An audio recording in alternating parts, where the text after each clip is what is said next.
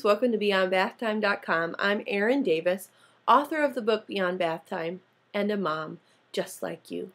And today I'd like to talk about something we moms don't get the chance to discuss very often: politics.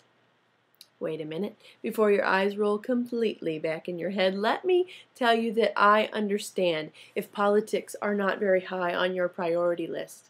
You are looking at a girl that once volunteered for presidential campaigns and once went door to door getting out the vote, but these days it's all I can manage to drag my children to the voting booth and cast my vote on election days. I understand that the everyday tasks of motherhood make it difficult for us to keep our finger on the pulse of what's happening in politics. However, there is an issue happening in the political realm that I think really speaks to our mothers' hearts. And I think it's an issue worth getting involved in. It has to do with President Obama's healthcare initiative. And I'm not trying to convince you to be either pro-President Obama or against him, or for his healthcare initiative or against it. But I do want us to look at what the initiative speaks to in reference to our roles as mothers. There's a lot of controversy going on because part of that plan mandates that all employers, including Christian employers, provide free birth control to their employees and free abortion-inducing drugs. As you can imagine, for Christian employers, this creates a real problem with their conscience and what they believe is the way that they should act.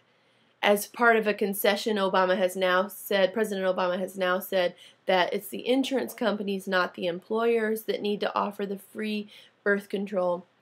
And while at its heart this is more a constitutional issue than a contraceptive issue, I'm bothered by the language that is coming out of this debate. You see, supporters of this plan say over and over and over what a burden pregnancies are on our healthcare system, and what a burden moms who didn't plan to get pregnant are on all of our resources of our country. And while I understand that can be true, I also know that God's word is very, very clear. In Psalm 127 it says, "Behold, children are a blessing, a heritage from the Lord." And so as I hear these movers and shakers, these talking heads talking about this issue, my heart's sad because I'm aware that I live in a culture that overwhelmingly believes that children are a burden.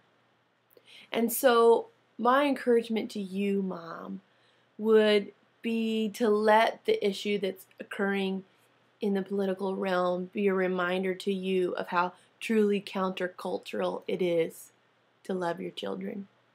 How truly countercultural it is to bring more children into the world.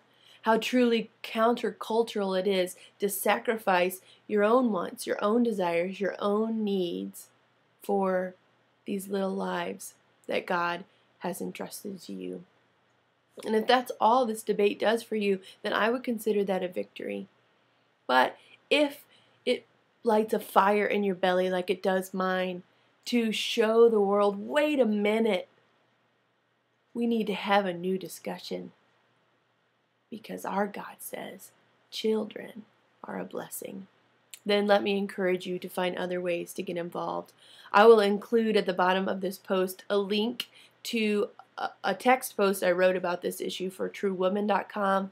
Also a link to a petition that's being circulated to take to the president to say, wait a minute, we believe that life is sacred. And I would just encourage you to do your homework and to pray it through and ask God to show you ways you can show the world that your children are a blessing.